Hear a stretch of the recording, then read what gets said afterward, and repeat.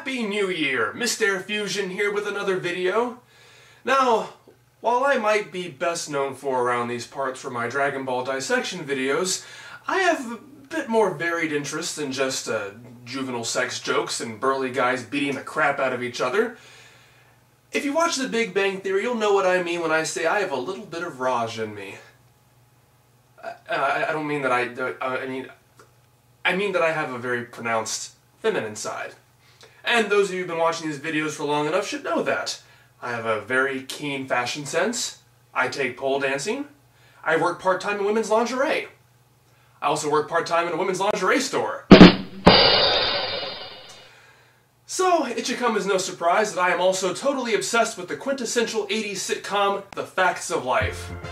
I don't know what it is, maybe it's because I grew up with it in my adolescence, but I just can't get enough of watching Joe, Blair, Natalie, and Tootie grow up under the watchful eye of their house mother, Mrs. Garrett. And if you have no idea what I'm talking about, you probably at least have a passing familiarity with it because of Family Guy. They like to reference it. A lot. You have both? Well, yeah, doesn't everybody? No! So when I found out that Shout Factory had put out a box set of the entire series, all 9 seasons, I got a little excited. Little did I know that I'd soon find myself knee-deep in conspiracy, cover-up, obscure, nerdy trivia you neither knew nor cared about. It all started out innocently enough.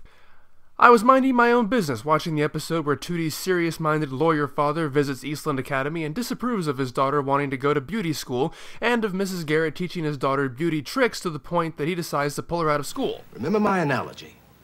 A law career is like an old jalopy. If you really want it to work, you gotta get behind it and push. You know, something about him seems familiar. I just can't put my finger on what. And his name is Robert Hooks. Well, that name sounds familiar. It was time for some research. My nerd senses were tingling, and a quick trip to Wikipedia was all it took to realize why.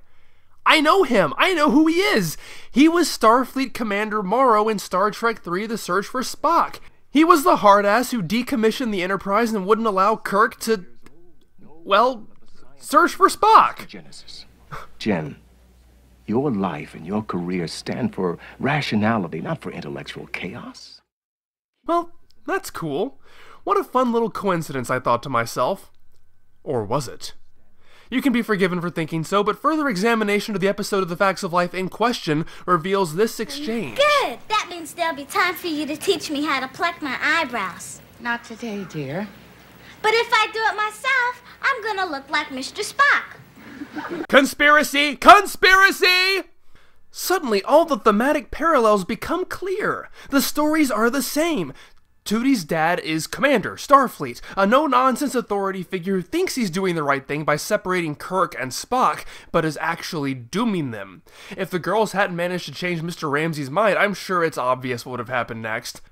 Tootie would have gotten radiation poisoning and would be forced to put her Katra inside Blair. Mrs. Garrett would have blown up the school, just like Kirk blew up the Enterprise, and her son would have been killed by Klingons.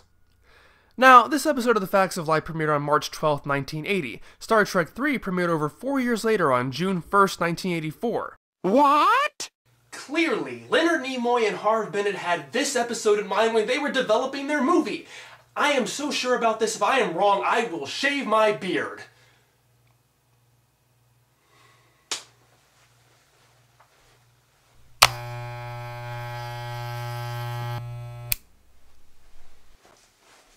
Clearly it's a coincidence. I just needed an excuse to shave my beard.